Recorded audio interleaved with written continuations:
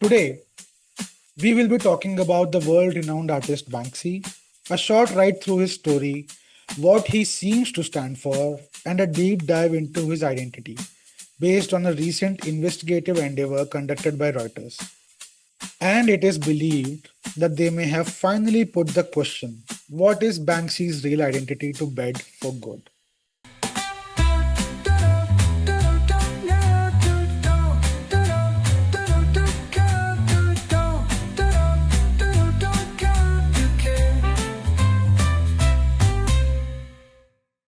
Let me tell you about the dog I met yesterday at Oh yeah. the parlor I go to. So these guys have, I mean, of course, I didn't see all of them. In their home, they have four dogs, three like different kinds of birds, and two parrots. It's a glorious home. They have they have quite a thing going on.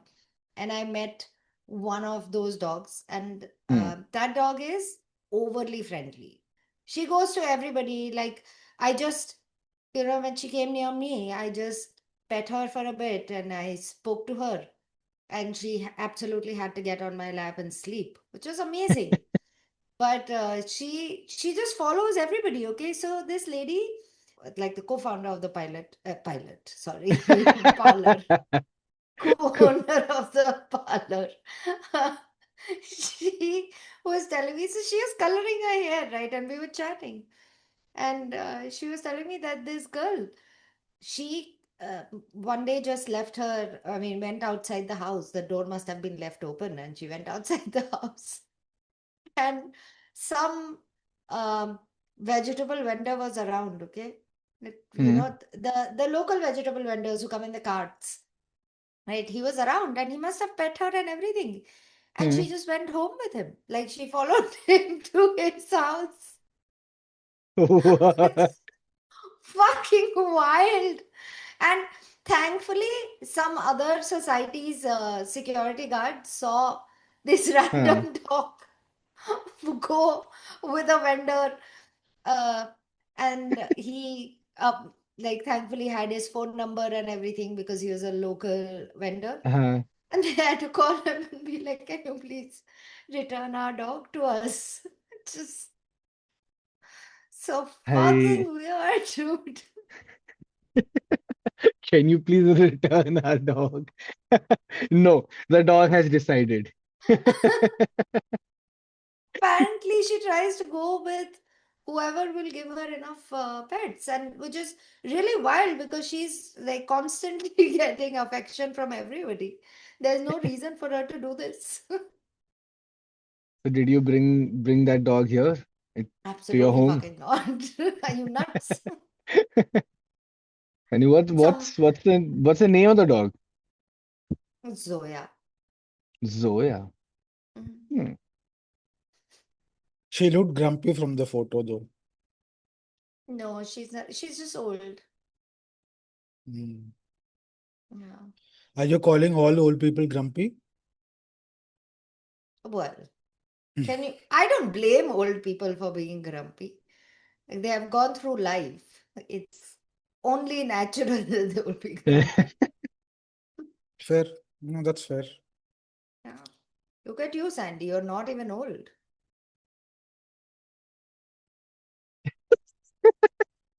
Is there a statement at the end of this, or what? It was just a passing comment.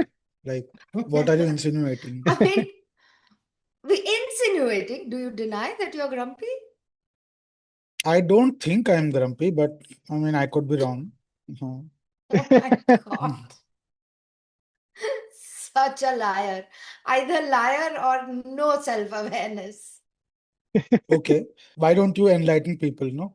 How and why am I grumpy? Let them know. Actually, I next introduction I will do that because I have to think of it. Now I'm so used to you being grumpy that I don't remember exact So give me uh any this example. thing. No, you can't just call someone something and not give an example after that. No. Okay, for instance, how you react to cute animals, okay, with zero reaction.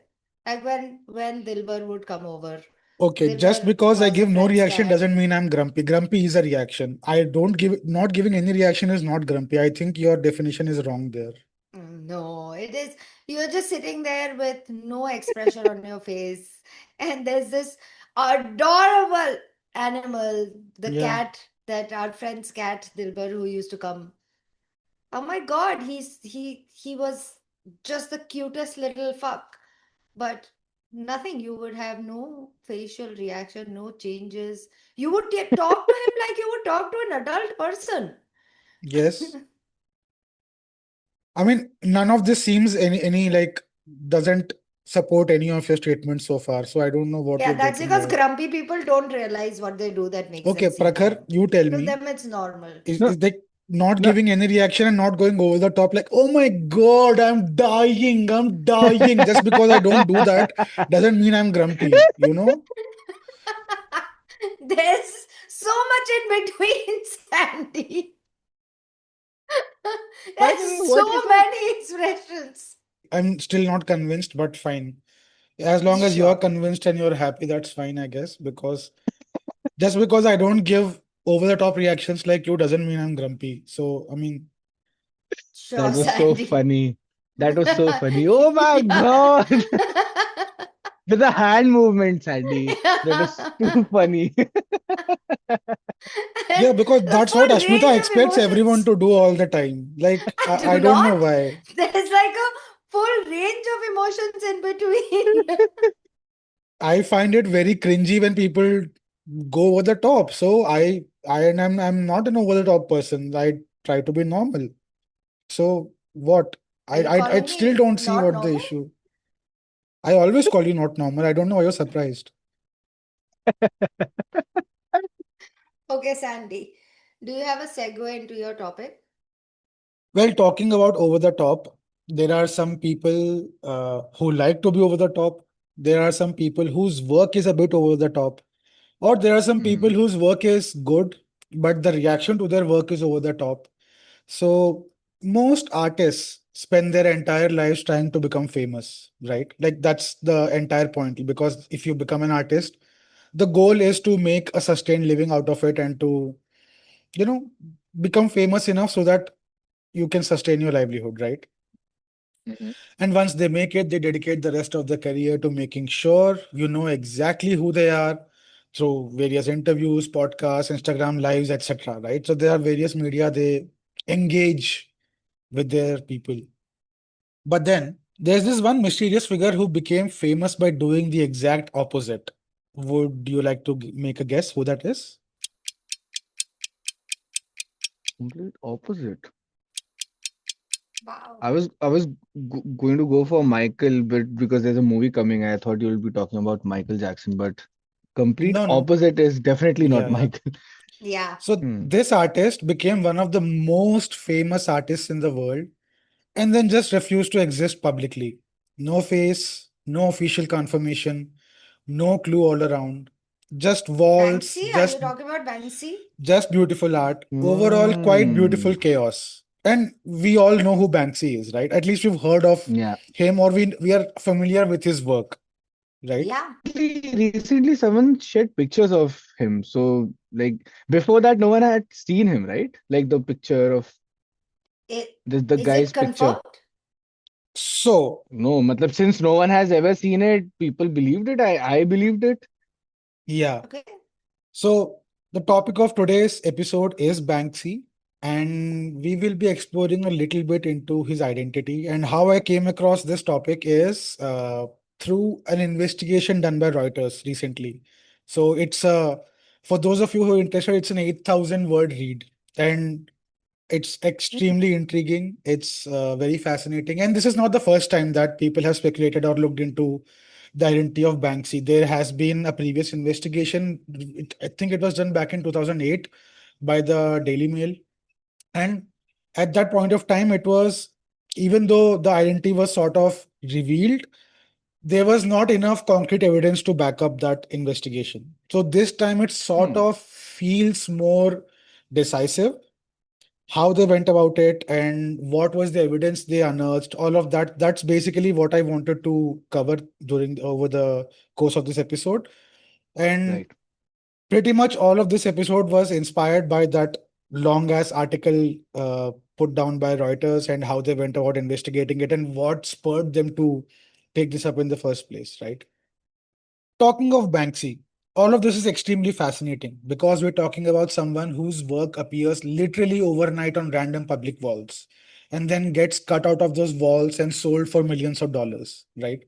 Mm-hmm. And that is not a very normal career trajectory for anyone, let alone an artist, right? That is what happens when capitalism meets graffiti to a certain extent, but I don't think Banksy has a say in that, at least that's what I understand, but I might be wrong. Anyway, today we will be talking about the world renowned artist Banksy, a short ride through his story, what he seems to stand for, and a deep dive into his identity, based on a recent investigative endeavor conducted by Reuters. And it is believed that they may have finally put the question, what is Banksy's real identity, to bed for good? Makes me deeply uncomfortable that a person who did not want his identity revealed to the public has had an investigative report done on him. Why? What has he done?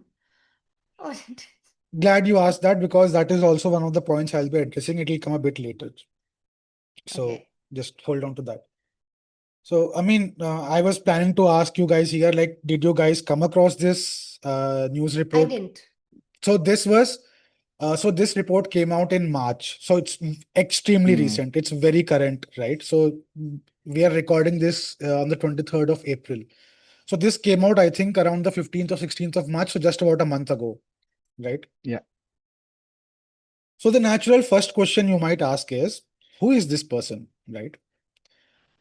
Unfortunately, the unsatisfying answer is we don't know. At least we didn't know for sure, right? We have had several hints over the years, though. The most widely accepted theory points to a man named Robin Gunningham from Bristol, who was active in the underground graffiti scene in the 90s. And this isn't just some sort of a Reddit speculation either, right? As you might imagine, there's been an academic level investigation into this.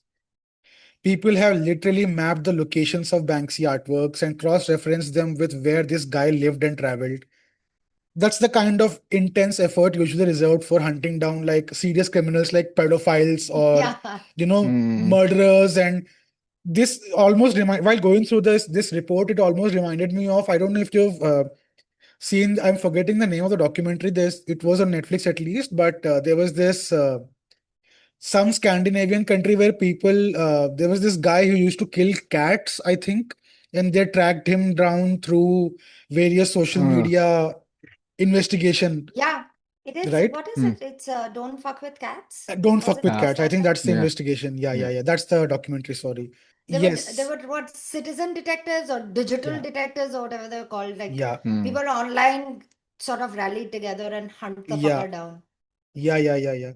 And that is what it reminded me of. And believe it or not, there is an actual website called Banksy Map, which basically geolocates and tracks every single Banksy painting ever made, right? So, and this goes back, like way back, before Banksy was the Banksy that we know of today, right? Mm. But the most important thing among all of this is nothing has ever been officially confirmed. And I'd like to preface the entire episode with the fact that despite all of this investigation by Reuters, and pretty much all of it seems very convincing, but there has been no official confirmation from Banksy or his representatives yet. Obviously, I mean, why would they, right? Mm. Good for Banksy. Yeah. So the moment it's been confirmed, the entire mythology collapses, right? Because some element of the myth around Banksy's artwork is the mere fact that this guy's anonymous, right? No one knows who Banksy is for sure, and that adds to the aura, the mythology of his work, right? Yeah. Yeah. Yeah. Right now, Banksy is not just a person; he's an idea. He's this floating, slightly rebellious ghost that shows up, says something political, and vanishes before anyone can even argue back, right? And if you're even vaguely familiar with Banksy's work, you would know that most of his work is at least leaning towards anti-establishment. It's very slightly political. The commentary is very current political state of affairs, right? Almost always, Hmm. it's relevant to whatever is going on in the world at that moment, right? This anonymity serves a couple of crucial purposes. Practically, graffiti is illegal. So avoiding arrest Hmm. is a pretty solid incentive to stay hidden, right? Because it's technically considered vandalism. And Hmm. vandalism is illegal in pretty much all countries that I can think Across of. the globe. Yeah. Yeah. But more importantly, it strips away the ego that typically comes with being an artist. There's no personality to obsess over, there's no celebrity narrative to latch onto. Whether the art world likes it or not, you are forced to engage with the actual work. This is also important because we constantly keep having the discussion the art versus the artist, right? Hmm. But when you don't know who the artist is, the only place to engage is the art. I think the art versus artist discussion is also very different. That It is it is about, different. It is yeah, different. that's Yes. about power power. Like the art gives the artist the power to become a shitty person, and that's why you disengage with the art of people like, well, Michael Jackson, or now he's dead. You can do whatever. Or Neil Gaiman. Him. I'm waiting to die so that you know. Yeah, I want to watch Sandman, but I want him to Yeah. die Yeah. first because I don't want the Hmm. money to go to him. So it is, that's that direction, but with anonymous art, you don't have that issue. Yeah. Yeah. But for an artist and someone in the art world, this is extremely ironic, right? Because the art world absolutely loves a tortured genius with a dramatic backstory, right? Hmm. Banksy essentially told them to deal with it, right? In so many words. He was like, I don't give a fuck about what you make of my tortured backstory or the lack thereof, but it is what it is. You just have to deal with my art, and that's it. Now, talking of Banksy, how familiar are you guys with some of his work? I'm not expecting you to rattle off names of his artworks or anything, but just how aware are you of his work in general? I mean, that girl with the balloon is, I think, one of the most Yeah. popular ones. Yeah, yeah, Yeah, yeah, I've yeah, seen a bunch of it. Like it's all over everywhere, all over the internet. So yeah, yeah, uh, yeah. I've seen some things. Fair enough. Anyway, whether you're aware of it or not, the quality and beauty of his work is not up for debate, like at all. Mm. It's not a subjective discussion. It's objectively, it's great work. It's very, very, very good work, right?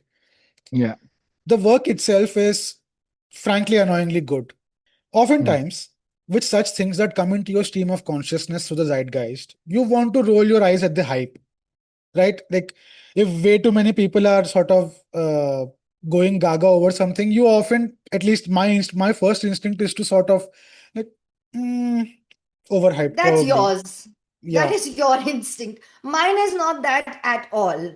If it pops up and I like it, I don't care how many people are going gaga over it No, or no. If I ignoring like it. it, that's a different issue. I'm not saying that. Right? Without knowing anything about it, something, if enough people are going gaga over it, my first instinct is to not believe that craze Oh because my the world God. has enough stupid people, man. I genuinely don't believe the No, hype of I don't. anything. I think if enough people are liking something, chances are I will watch or read it simply because there are enough number of people who have talked about it, and there is wisdom in crowd. There is, like, legitimately there is also election of Modi and Trump in crowd, but apart from Glad that, you what's brought that up. like Yeah, yeah, yeah. I was about to bring that up, but glad you no, self-corrected. So I rest my I'm case. not correcting. I found a lot of good shit to watch because or read because it's in pop media. For Sure. example, Lord of the Rings, one of the most glorious fucking series I have ever read. Tolkien is one of the most popular people on the Yeah. planet. No, I agree. I'm not denying that. I could only agree that after I found out. I mean, I didn't read the Lord of the Rings, but I did watch all the movies in a single sitting. Yes, in a single Oh, sitting. You really? heard that right. Yes, on What the TV fuck? with ads. So Why? it Oh. was an LOTR marathon. So I think it was like 15 or 16 hours total, or end to end, Oh, God. something like that. Including, what did it include? Hobbit? Not Hobbit, the original trilogy. Okay, The the trilogy. yeah, Okay. yeah, yeah. Yeah, but that's That's still why 15, also 16. Yeah, yeah. fucking, yeah, that's also a lot. Yeah, yeah, yeah. Wow. Yeah, talking about rolling your eyes at the hype, that was not the case. I did come across some work of Banksy. I mean, not because of this episode, but I was aware of Banksy beforehand as well. But yeah, but Banksy's work is famous for a reason, and you can tell what the reason is, right? I mean, it's very clear. And in case you can't tell what the reason is, we'll do you one better and show and tell you right after this very short break, and we'll see you on the other side.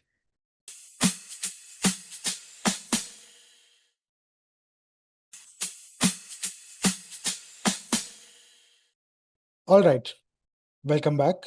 Now we will talk a little bit about Banksy's most famous works and the Reuters investigation into his identity, right? Starting with his work. Let's start with The Girl with a Balloon, which is probably his most famous piece. It's a simple stencil of a little girl reaching out for a red heart-shaped balloon.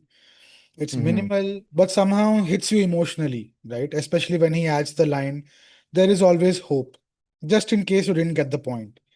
I'm pretty sure pretty much everyone must have come across this in some way, shape, or form across. Like you might have come across this in pop culture somewhere, right? Essentially, this is one of the I think the girl with the red balloon has popped up in a different places. So this is one of them. It's a little, if you have not seen this, it's a little girl with a dress, uh, and the dress is, like children that when they're playing, their dress blows in front. So that is happening, and she's reaching out with her tiny, tiny hand for a heart-shaped balloon. For some reason, that little girl, the way she's drawn really tugs at your heart. Like it seems like a child, you know, like I don't know how to explain it. Seems like a child, um, Yeah. very earnestly, looking at the balloon. It's very adorable, and that is it's obviously a completely black and white sketch, which is Banksy's trait, sort of the way his style, and the balloon is red in color, and there is the line, there is always hope, that is etched on the side. I don't know if Hmm. Banksy does that or if other people do it, but yeah, that is also there, Yeah, but and I this is on think the this side of a was, wall. yeah, I Yeah. think this was the original one, if I'm not mistaken. Like the Ah, the okay. the first time this came across, I think so. Yeah, like everything else is Okay. pretty much The after this. the balloon says 20. Is there any significance to No, I that, or think just that is people add it either, later, I just think that's random? later on. The original painting does Ah, not okay. have any reference to 20 or something. Okay, okay. Balloon says 20. Where Yeah, is there's a There's very the slight 20 on etched onto the balloon as well. But I don't know if ah that's of any significance. At least I couldn't come hmm. across anything of that sort. Okay. Okay. The next one, there's another very famous painting known as the Flower Thrower, right? Reportedly first created in 1999 in London. The Flower Thrower, which Hmm. is also known as Rage and as Love is in the Air, like there are multiple names for any art piece, most famously appeared as a large mural on a wall in Beit Sahor in the occupied West Bank in 2003, right? For oh, those of you who don't know, West Bank is occupied part of Palestine. Palestine, occupied by Israel, of Hmm. course. All of The, Palestine is occupied only. yeah. The piece Yeah. depicts a man wearing a baseball cap backwards with a scarf covering his face. The man stands, possibly inspired by photos of American anti war protesters in the late 1960s and the early 1970s, suggests that he is hurling a projectile, such as a rock or a Molotov cocktail, in rage. But the object that he is flinging is a bouquet of flowers. The mural depicts the man in black and white, but the flowers have color. You also might have come across some version of this somewhere. I don't know. So, but this is also a very popular one. Hmm. This Yeah. is a protester who is hurling a bouquet of flowers at something. We don't know what it is, but you get the message, right? You get the Hmm. message is very clearly coming across as to what he wants to depict here. And then, of course, we have the absolute peak performance art moment, the painting that shredded itself at an auction. Do you guys know about this? No? Oh, So, yes. Yeah, yeah, yeah. yeah. Somebody bought it, and as soon as it was bought, the The the shredder painting will activated shred in the itself. frame. Yes. A buyer paid Glorious. over $1 million at Sotheby's. Hmm. Sotheby's is a Hmm. very famous auction house, right? And the moment the hammer went down, the painting slid right through a hidden shredder built into the frame, destroying itself in front of everyone. Instead of the value dropping, it immediately went up. That's maybe the most Banksy thing ever. And also, it is speculated that Banksy was a part of the audience there and he somehow activated the shredder. No one knows this for a fact, but it is alleged that he showed up in some person's like very poor mobile video recording of the actual event taking place. So there's this Hmm. guy who is in a full face mask and has specs, and there is a very tiny camera in the middle of his specs lens who is recording all of this as it's going over. And later on, from the same POV, Banksy shared on his social media of this act going down, and he claimed responsibility for the shredding of the painting, Banksy. So that's how sort of people, this guy who randomly took this video of the entire thing was like, there was this guy standing in front of me, he obscured my view of the thing, but he seemed to be very into what was going on, all of that. So it was very interesting. So just in case you guys don't know what I'm talking about, image, this was the image. I'm sure you must have seen some version of this somewhere, right? Yeah. Yeah, Yeah. So that's the share. And this again, the image was the girl with the red balloon. So it was, yeah, so this is how he makes money. So as you can see, this is a print of Oh, his actual wall painting, right? So this was going up for auction. And this is one of his most famous pieces ever. So this is how he is that actually makes is that money. the paint? Is the painting called "Love Is in the Bin"? I mean, No, it no. says below. Love is in What? the bin was the shredded one. Yeah. Ah, okay. Like that's what it was named later. Oh, Yeah. fun. The What a live fun destruction name, of bhai. Girl with the Balloon, right? The Girl with the Balloon is the name of the ठीक art है. piece, Okay. right? Now we'll move on to the actual investigation, right? And this is where the whole Banksy story stops being quirky and starts feeling like a full blown investigation thriller, because it actually is. It's a very intriguing read. If you get the time to read, go through across 8,000 words of an article, I highly recommend going through it. If nothing else, just for the drama, because it's very dramatic and very, I am sold. I yeah. shall. Because until this point, everything we've been talking about, the anonymity, the theories, the speculation, it all exists in this slightly romantic, mysterious space, right? You like not knowing, it's fun, it's part of the brand. But what Reuters did was remove that comfort entirely. They treated this like an actual case, right? And Hmm. before you ask, there was absolutely nothing, no particular incident which led them down this path. It was not like, oh my God, Banksy might be alleged to do something horrible like this. So that's why we'll be looking into it. Nothing of that sort. Just because he was Banksy. Okay.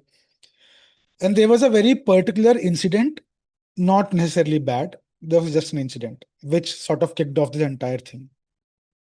So all of this started back in 2022 in Ukraine, which already tells you that this is not going to be a very normal art story, right? In late 2022, in a village outside Kiev called Horenka, which, by the way, had been bombed heavily during the ongoing war between Russia and Ukraine, right?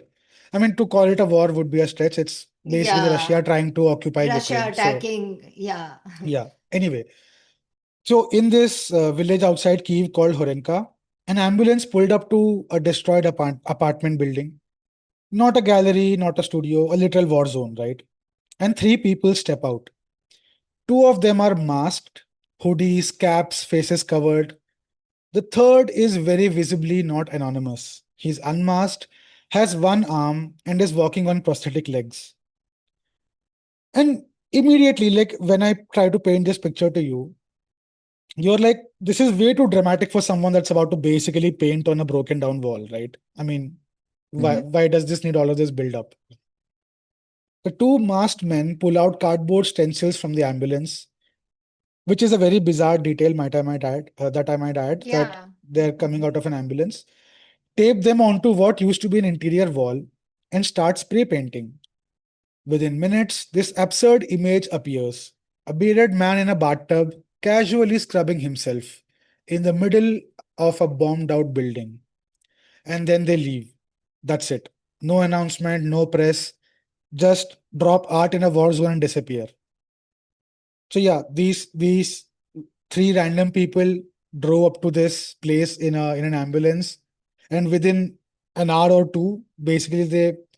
And just in case you're wondering how Banksy manages to so quickly and do pretty much these paintings appear to sort of show up overnight, right? And if you were to do it freehand, it's very difficult to do it in Yeah, such of a short course. time Yeah. scale, right? So Banksy is known for his stenciled 3D drawings. So he uses Hmm. stencils. And obviously a lot of effort and time goes into developing those stencils. And Hmm. Yeah. that in itself is a form of art, right? You can't just randomly pull out anything and start drawing. Wait, who saw them? I didn't understand this. Who saw the guys in the ambulance? I'm coming to that, right? Now, when these murals started appearing across Ukraine, and this was not the only one, this is just one of the first ones that showed up, one of the more popular ones, but there were multiple murals like this, not this one, but different murals across various war zones in Ukraine, right? So Reuters basically went, okay, how the hell is this happening? Right? Because this isn't just art anymore. There is a lot of logistics, movement, Hmm. access, timing, all of this is involved. Like intense planning needs to take place, right? And when there is such intense planning, there has to be a paper trail of some sort, right? And that is something you can actually investigate because you have documentation, you have some formal signatures, visas, passports, stuff like that involved, right? So Reuters went to Horenka, not with cameras and headlines, but with something much more interesting: a photo lineup, like an actual police style lineup. They start showing locals pictures of people who have been rumored to be Banksy. Hmm. Right? And this is where it gets slightly uncomfortable because now we're watching journalists do what feels like witness identification. They spoke to residents, including a woman who actually interacted with the artists. And it was this woman who gave them this first-hand account of these three people pulling up from coming in an ambulance, pulling out of the ambulance, and making this artwork. She was the one who was giving the first-hand account. Hmm. She made coffee for them, which is such a casually insane detail. Like, imagine serving coffee to Banksy and not knowing, right? She says she saw the painters without masks. So Reuters showed her photos, right? She kept saying Hmm. no, no, no. And then she sees one face and her reaction changes entirely. Her eyes widen, which is the most dramatic possible reaction you can get short of someone saying, that's him, right? And even though Hmm. she verbally denies it, out of some innate sense of, maybe wanting to preserve the identity of this artist, the physical reaction is doing a lot of the heavy lifting and talking, right? And that pretty much gave away the game. And now you might wonder who was the person she reacted to, right? That person's name was Robert Del Naja. Does anyone know who Robert Del Naja is? No. Hmm. This is extremely interesting because Del Naja is not just some random suspect. He is the frontman of a little known band called as Massive Attack, a major, Oh, and also a yes. graffiti artist from Bristol, the same scene Banksy is believed to have come from, right? Hmm. So, in case Ashmita, you still don't know, if you haven't heard of who Massive Attack are, it's a very famous I band, right? haven't. Also, Yeah. the theme song of House MD is Massive Attack's Teardrop. Okay, Hmm. Oh, okay. right? So, like, just trying to draw some context for you so that you can join the dots. Thanks. Just Yes, yes, thanks. yeah, Because I had no clue who you were talking about for a while there. Okay. it's a very famous song. If you just listen back to it, I'm sure you must have heard to the song. It's Teardrop by Massive Attack. Hmm. I'm pretty sure Prakhar knows who Massive Attack are, right? It's a Yeah. very famous band, right? So, interestingly, Robert Del Naja has been rumored for years to be Banksy, partly because Banksy artworks have mysteriously appeared in cities right after Massive Attack toured there, right? So, wherever Massive Attack went, a Banksy artwork would show up. And Hmm. then, obviously, people naturally drew the conclusion that what if this guy here, the front man of Massive Attack, is Banksy in hiding all Is along? Banksy. And it makes sense, right? You're already famous for That would one be thing, fun. right? You're Yeah, that already would be fun. extremely famous for one thing. So what Yeah. if you just did another thing on the side that most people don't know but can speculate all they want, right? It's like hiding in plain sight almost, right? To be So fair, yeah, she could have widened her eyes because she recognized a famous man. That seems quite like a possible, very thin, like quite a possible. very, very thin, premise to Yeah, base an investigation on. you would be right, but yeah, if you remember that at the top of the episode, I had very briefly mentioned that Daily Mail had done some sort of an investigation into this back in 2008. But it was also Daily Mail. Exactly, exactly. But what came out of that investigation was they drew a short list of like three suspects. Not suspects is a strong word, but like three likely uh, Banksy sort of OG Banksys, like the original person who acts as Banksy. And the shortlist had sort of three names, the most likely of which was Robin Gunningham, who was like and his photos were also released around that time, just Hmm. normally, right? But because it was Daily Mail, people didn't take it as seriously as you might want to. And also, the more likelier version happened that like, if you had to weigh this random nobody from Bristol known as Robin Gunningham and this really, really, really famous rock star from the same city who is Robert Del Naja, and the artworks show up wherever he visits. So people chose to believe that Robert Del Naja was Banksy for Hmm. the longest time, right? Because it sort of logically it sort of made sense. Anyway, all of this sounds like a conspiracy theory of some sort, right? That is until Reuters checked immigration records, right? And they find that Del Naja did, in fact, enter Ukraine around the exact same time these murals started showing up, right? Hmm. And not just him, there was another collaborator along with him, right? And here's the twist: there is still no evidence that Robin Gunningham, the originally believed to be Banksy guy, Hmm. the most widely accepted Banksy, entered Ukraine during that time. So now you have a problem because these things don't add up, right? So Hmm. here's this guy who we believe to be Banksy, and here's this guy who is this very famous guy who could also be Banksy. But Robin Gunningham, who is believed to be very widely believed to be Banksy, is not shown having immigration records into Ukraine. But who drew these murals, right? Hmm. So they also sort of were circling around the conclusion that maybe Banksy is Del Naja. Maybe Robert Del Naja is Banksy, in fact. And that was the belief for the longest time. There are still people who believe that to be true, by the way, right? Despite all of this. And this is where Reuters pulls out what is probably the most concrete piece of evidence in the entire investigation. Something from way before Banksy was even famous. And for this, we go all the way back to the year 2000, right? So Reuters dug up some old police records from New York in 2000, back when Banksy was just some random guy doing graffiti on walls. On a certain day in a cold morning in New York at 4:20 in the morning, which is very on brand, might I add, the police catch a man vandalizing a billboard. They arrest him, and because the damage is significant, they process it properly. Like there's Hmm. paperwork, there's a court file, and crucially, there's a handwritten confession. And now you might ask, what was the name on that confession? Robin Gunningham was the name on that confession, right? Back in 2000 in New York City police records, right? Hmm. Not Del Naja, not anyone else, just Robin Gunningham. Do we have an image of the vandalized this thing billboard? Can you see this now?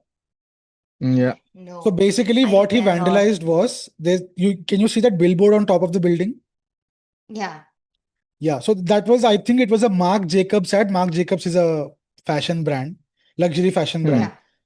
So the story goes something on the lines of this: Banksy used to stay on the street opposite this, right, along with a couple of his friends.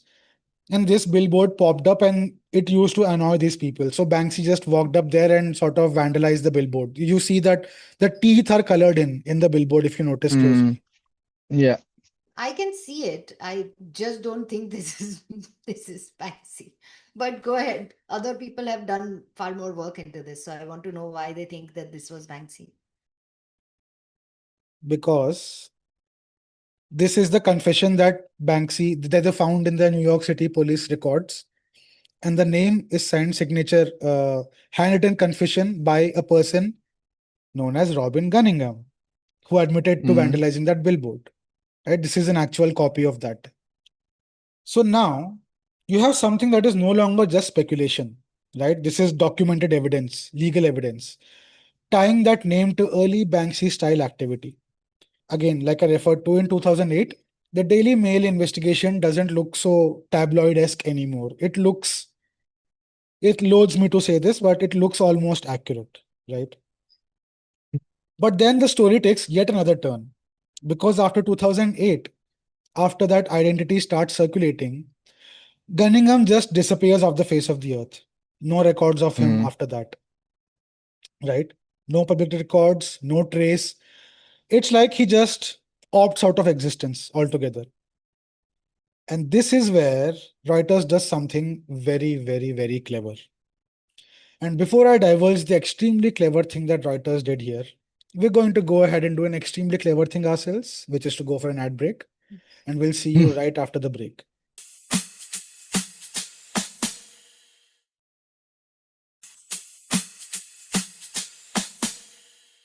All right, welcome back from the break. We were talking about Reuters' investigation into Banksy, aka Robin Gunningham. So, what did Reuters do here? Instead of asking where did he go, they asked, what if he didn't disappear? What if he just maybe changed his name, right? Hmm. So they start digging into property records, corporate filings, connections to relatives, accountants, basically following any form of paper trail that people usually forget about when they try to disappear, right? The lesser known things. And they found something, a new name, a very boring, very common name, David Jones, which is honestly the funniest possible outcome. And after all this mystery, all this mythology, the guy might just be walking around as the British equivalent of, say, Raj Sharma, right? Like, this is like, and then it gets even better because Reuters finds that a David Jones entered Ukraine on October 28, 2022, the exact same day Del Naja entered Ukraine, right? Hmm. Same border crossing, and the passport date of birth matches that of Robin Cunningham, right? And he leaves Ukraine on November 2nd, the same day Del Naja leaves Ukraine, Hmm. right? So now, finally, the pieces come together in a way that sort of actually starts making sense, right? Banksy is most likely Robin Cunningham, who later adopted the name David Jones to disappear into plain sight. And Robert Del Naja, the long rumored alternative, is not Banksy, but possibly a very close friend and collaborator, right? Someone who works with him, travels with him, and maybe even helps execute these pieces, right? He's the cover, if you will. Massive Hmm. Attack is the cover, and David Jones, aka Robin Gunningham, is the artist behind this cover, Hmm. right? And just I want you guys to just take a moment to think about all of the information that I've shared with you now. It is so damn fascinating, dude, and it's so well planned and so well executed. I mean, I don't know if all of this is the truth, but it's as close to the truth as we can get given things are right now, right? And if this is the truth, I mean, it, my mind, consider my mind to be blown because the sheer level of like ideation and the strategy involved in all of this. Like, why don't I just tour with this massive ass band? Nobody will even, like Yeah, that's he's so basically a fun. groupie of the band who just goes around, tagging walls everywhere, right? I kind And of still despise Reuters for disclosing this man's identity for no reason. That seems like a shitty move to me. I completely agree. I completely agree. I'll come to that because I knew this would be your reaction. That was my first thought as well. Like until and unless he is doing something horribly wrong, I don't think we Yeah. need to sort of uncover the mystique and the Yeah, why ruin good things, friend? Let's yeah. just let Like it there was be. absolutely no reason to do that. At least that's my Yeah. understanding. We'll get to that. So all of this explains a lot of things, right? Such as the scale, the timings, the logistics, and the consistency, right?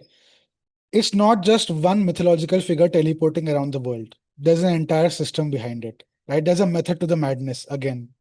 Mm, And yet, even after all this, the witnesses, the immigration data, the police records, the alias, Reuters still doesn't go, yeah, this is Banksy confirmed, right? Because they hit a wall.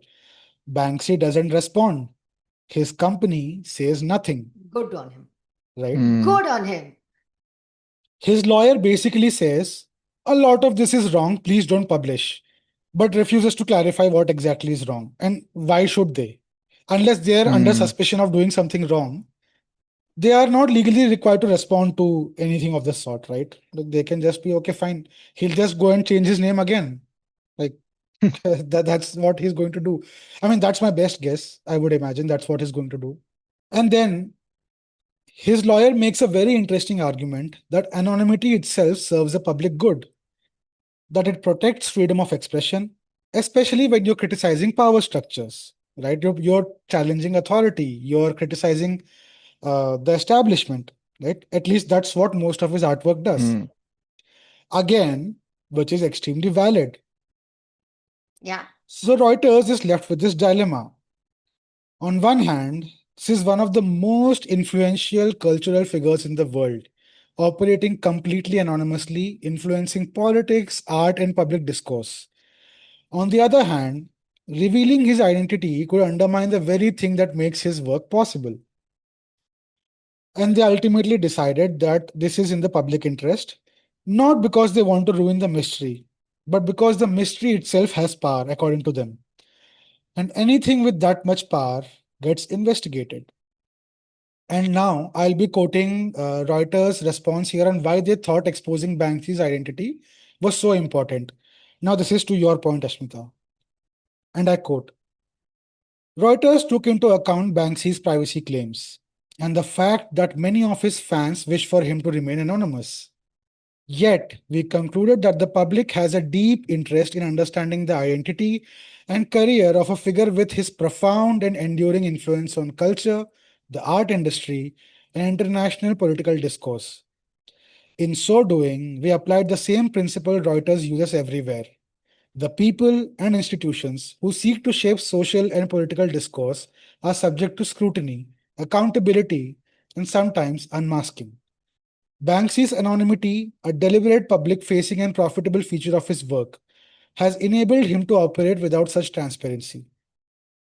As for the risk he might face of retaliation or censorship, Britain's legal and political establishments seem comfortable with Banksy's messages and how he delivers them. On September 7th, for example, he stenciled a provocative piece on the exterior wall of London's Royal Courts of Justice, a historically protected building. It depicted a judge in wig and robes bashing an unarmed protester with a gavel. mm, 2 months earlier, the government had designated the pro Palestinian group Palestine Action as a terrorist organization. The day before the painting appeared, about 900 people were arrested at protests against the ban.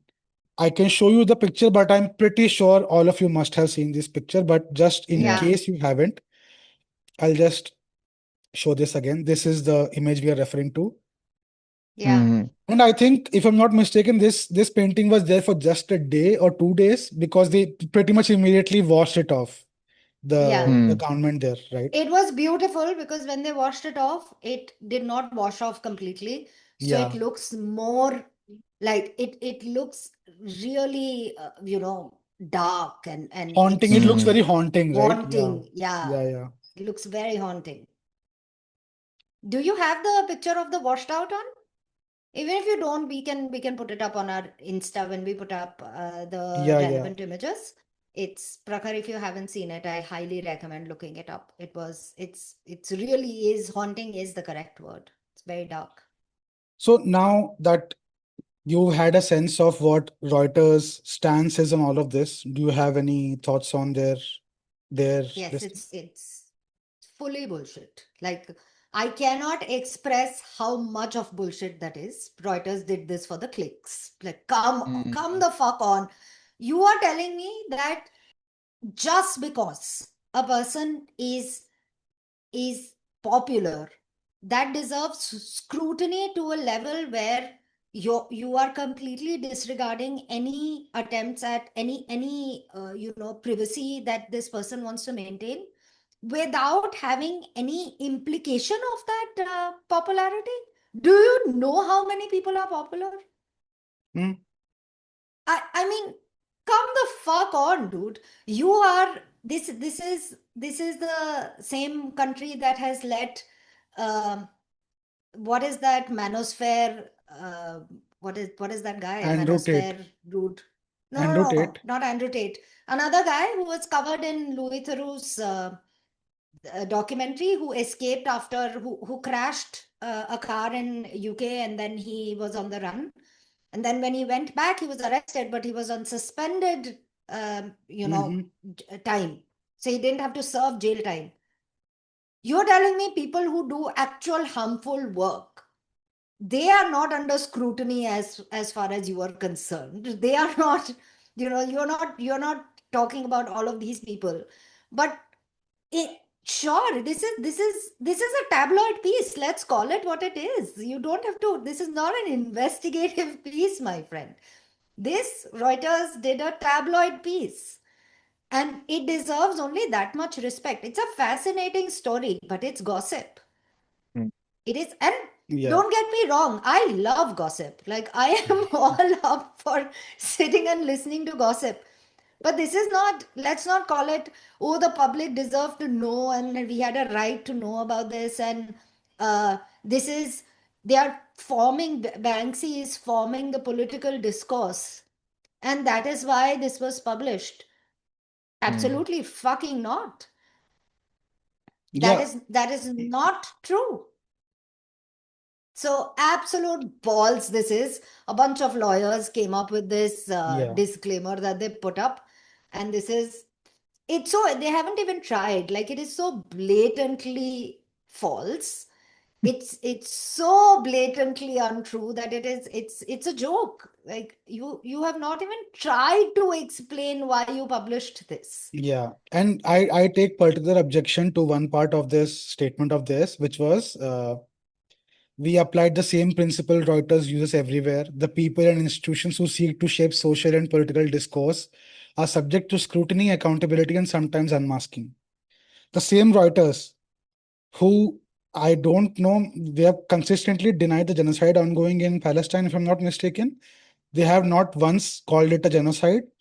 It's like Oh, is that true? I Wow. think so. I think so. I might be mistaken. I'll have to confirm that. But What was Reuters doing when Jimmy Savile was abusing people? What was Reuters doing when their entire royal family turns out to be fucking pedophiles? Like, what is happening, friend? Mhm. Where is your scrutiny then? Where Yeah, is Of course, famous people and of course powerful people deserve scrutiny. But Hmm. the reason they deserve scrutiny is because they can use that power to do untoward things to actually harm the fabric of society. Anonymous people cannot do that. yeah, yeah, Anonymous people creating art they cannot. What are they going to do? They're going to walk into a hospital and say that, oh, I am Banksy, I am your beneficiary, and what are they going to do? yeah, It's such a thin premise that it is. They haven't even attempted it.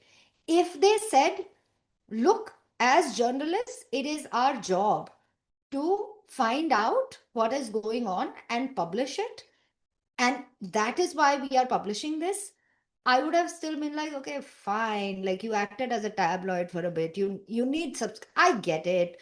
Like, media is really, really struggling. There is no subscriber base left anymore. I get it that you published a fucking hit piece. I don't appreciate it, but I understand it. But there's bullshit about we did it for the integrity of the profession, or we did it for because the public deserves to know. No, fuck right off. Nobody asked you. No one needs this. So annoying this was. I mean, also, might I add that uh, at least to the extent to which I did my research and read a little bit about him, he does a lot of really good work, not just in terms of the paintings that I'm talking about, but the proceeds go to a lot of really helpful causes. Just for example, off the top of my head that I can think of is he has this massive, not a boat, but almost like a ship, a cruiser of some sort, which basically travels across the Mediterranean and looks for immigrants and refugees who are traveling in dinghies and are or in danger of falling off, picks them up and transports them. So that's one of Hmm. operations that his organization does, right?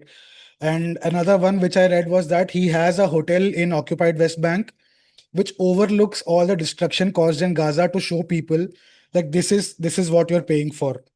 So Hmm. basically everything is very politically tinged, right? And at least from everything that I read, it seems like he's trying to do the best he can, like in to do some impactful, tangible change.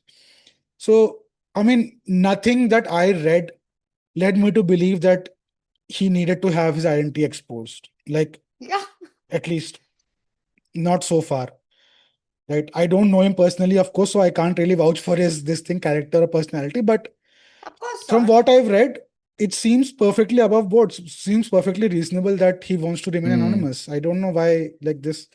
Yeah, what? It's such a random thing to do. Again, like fascinating, story. Yeah, Let's not call it that. I mean, it's quite shameful actually that Reuters said that this is the people deserve to know and everything.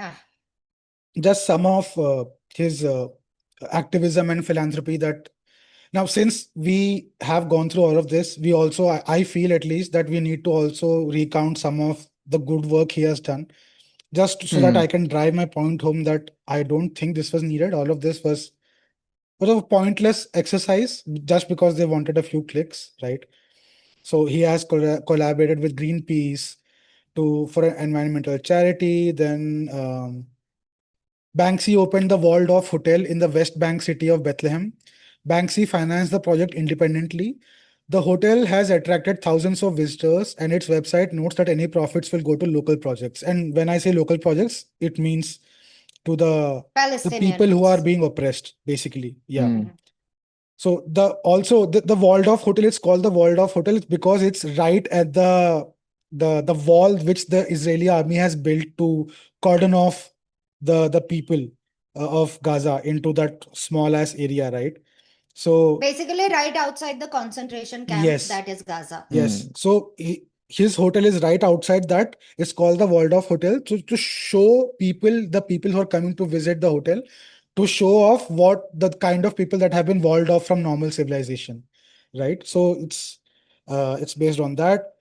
Then yeah, he raised like 17 million for the NHS during the peak of COVID. The NHS, which was struggling, by the way, for those of you who don't know, NHS is the Hmm. National Health Scheme in Britain, which is the publicly funded sort of healthcare system, right? And as you might imagine, it was in a terrible, terrible state of affairs during the COVID outbreak because, like any public institution, it didn't have funds, right? So he raised Yeah. funds for them. He's funding a former French naval vessel to help rescue migrants in the Mediterranean Sea, right? It's called the Louis Michel. And this boat goes every single day, it traverses the Mediterranean Sea to pick up migrants and immigrants or refugees who are, you know, uh, traveling across the sea or the ocean there. So like these are just Okay. some of the, and also the Ukraine. He put the pieces for Ukraine also. Like if the guy is doing anonymously good work, I see no good reason why we should go and seek this out and reveal Hmm. this and just That's so ruin weird. someone's life for no apparent reason, man. Like Yeah. anyway, like even if you had an inkling of some wrongdoing, I'm pretty sure they would have mentioned that. Like he's been accused, alleged of Hmm. something so and so. That is why we Also, went then into it. investigate. Yeah, Then fully that is very valid. If there is an yeah, inkling, if you're getting reports, or if you're getting like sources or whatever it is, that there is something untoward going on, it's your fucking job to investigate that. yeah, Absolutely fucking investigate that. Like there's no doubt about that.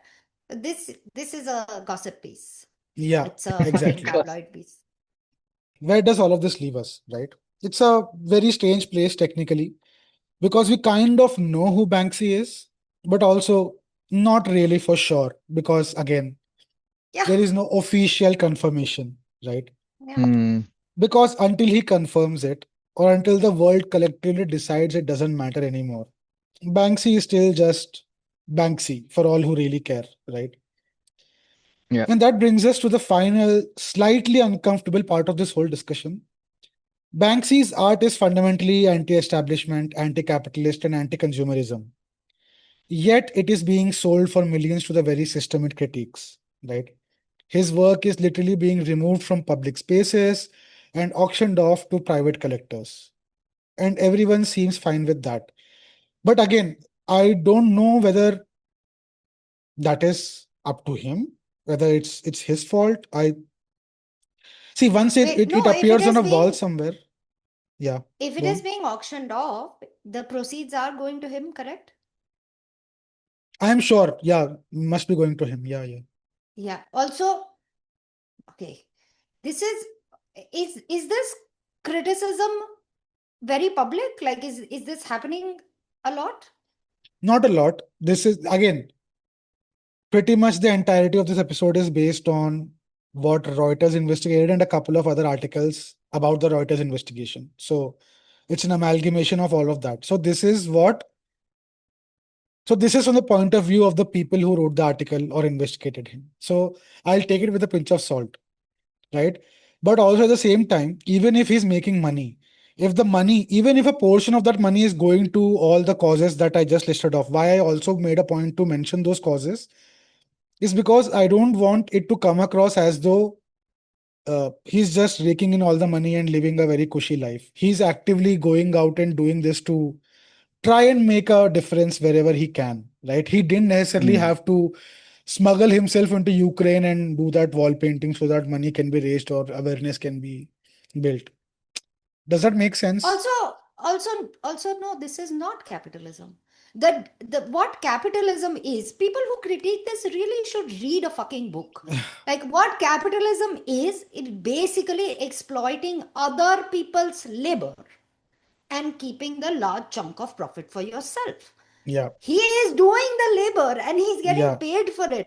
That's the whole, when we talk about eat the rich, movement. Eat the rich doesn't mean eat like dismantle rich doctors or rich, I don't know, architects or some people who are providing their labor and charge a premium for providing that labor. That's not yeah, capitalism. yeah, yeah, yeah, So Yeah. he is doing all the exactly. work. Like calm the fuck down. If he's getting paid for doing all the work, that's fine. That's a good thing. Yeah, You know what is the problem? The problem is the billionaires who are running companies who are making you do all the fucking work and have zero talent to speak for, but just an insane amount of luck yeah, that they are raking in all the profits. Like come the fuck on, just and this is so basic. It's so basic. It Yeah. is literally in the definition. How stupid? How stupid do you have to be to critique a concept without reading its definition? What is going on? yeah, yeah, yeah. Absolutely, this criticism holds no water Yeah, yeah, yeah. I agree. whatsoever. I agree. Hmm. I agree. And perhaps at the end of this, anonymity is the last thing that hasn't been absorbed yet. It's the one thing the system can't fully package and sell. You can own a Banksy piece, you can hang it in your living room, you can even insure it, and you can resell it. But you still don't technically know who made it, right? And maybe, just maybe, that's the only part of the story that's still truly untouchable, right? And on that note, we'll move on to my recommendation of the week. Recommendation time. So, for my recommendation of the week, talking about art and on the topic of Israel's occupation of Palestine. On that topic, I want to recommend this kick ass show on Netflix called Mo. It's an American Hmm. comedy Oh, drama television series starring Mo Amer as the titular character. The series is loosely based on Amer's own life as a Palestinian refugee descendant living in Houston, Texas. Though, so Ashmita and I watched this show, I think last year, sometime last year, I guess. yeah. It's extremely, extremely funny. Like, it's very funny while acting as a very small window into the pain and suffering of all the Palestinian refugees who have been put through hell for several decades now, right? It's not politics forward, but it's a very slight undertone. The politics of the Israel occupation of Palestine, it's a very slight undertone during the entire show, but primarily it's a comedy show, right? So it's very, Hmm. very, very funny. But you can get the slight undertones of all of the pain and suffering, the generational trauma, all of that. You can get a good sense of that. And I highly recommend to anyone who's even remotely interested in this. If nothing else, just if you want to Also, watch a good comedy show, just go and watch more.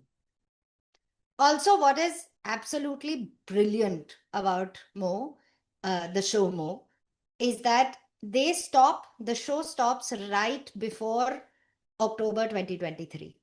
Yeah. So they do not, because what has been really despicable in the white people media is that they have made October 2023 as the center point of the entire history with Hmm. Israel and Palestine, while October 23rd was a retaliation. It was not an attack, it was a Hmm. retaliation. Just imagine there were a bunch of kids who were partying outside Auschwitz, and somebody from inside Auschwitz attacked them. That's what happened Yeah. on October in October 2023.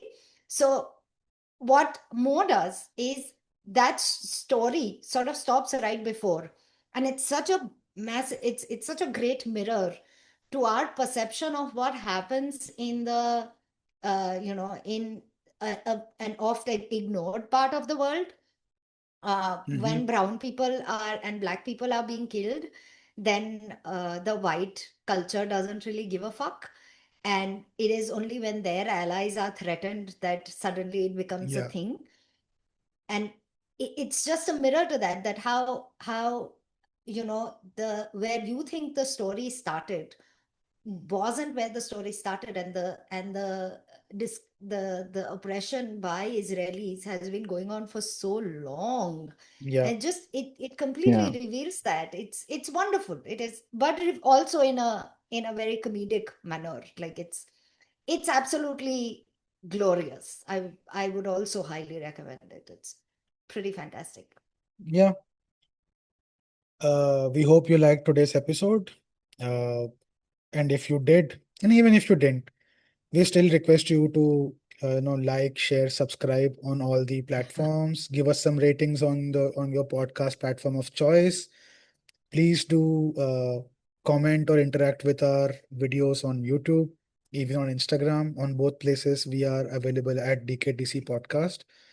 Or if you want to take the longer route, you can write to us at don'tknowdocare1@gmail.com. The one is numerical. Please do share it with your family and friends. See if they like it.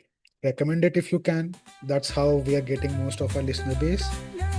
And on that note, we'll take your leave. Up until next time.